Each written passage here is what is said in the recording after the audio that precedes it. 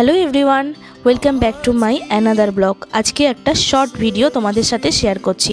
সবাই দেখি এরকমভাবে ভিডিও শেয়ার করে, তাই আমারও আজকে ইচ্ছা হলো আমিও একটু তোমাদের সাথে শেয়ার করি। আর আজকে সন্ধেবেলা একটু যাচ্ছি বড়মশাইয়ের সাথে হচ্ছে চুঁচুড়াতে, আর একটু কাজও ছিল, তাও ভাবলাম একটু ঘোরাও হবে।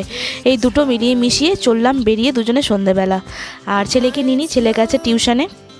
আর দেখো, যাওয়ার সময় শিব পুজোর জন্য যে আমাদের পিপুলপাতি মোড়ে মেলাটা বসেছে, সেটার লাইটিংটাই তোমাদের সাথে শেয়ার করছি। এত সুন্দর হয়েছে যে লাইটিংটা বলার কথা না।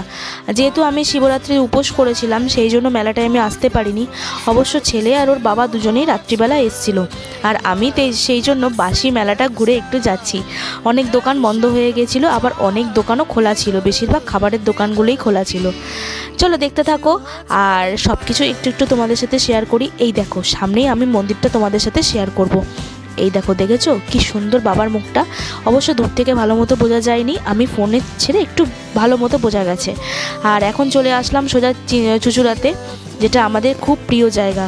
ফার্স্টেই চলে আসলাম আমি যেখানে প্রত্যেক দিন আমরা দুজনে মাঝে মাঝে এসেই চা খাই, সেই চায়ের দোকানটাতে। আর খুব ভালো লাগে এই দোকানের চাটা খেতে, একদম ওপরে মালাই দেওয়া থাকে, যার জন্য বেশি ভালো লাগে। তারপরে চলে এসেছি সোজা হচ্ছে আমাদের এখানের ফেমাস মদনের চাউমিনের দোকানে, যেখানে আমরা খেয়েছি দুজনের চাউমিন। দেখো, কিছুটা সারাদিন একটু ফ্যামিলির সাথে চাপে থাকলেও সন্ধেবেলাটা মাঝে মাঝে ইচ্ছা করে একটু হাজব্যান্ড ওয়াইফ মিলে একটু কিছুটা ঘুরে বেরিয়ে আসি। এই জন্যই আজকে একটু বেরিয়ে পড়লাম দুজনে মিলে সময় কাটাতে।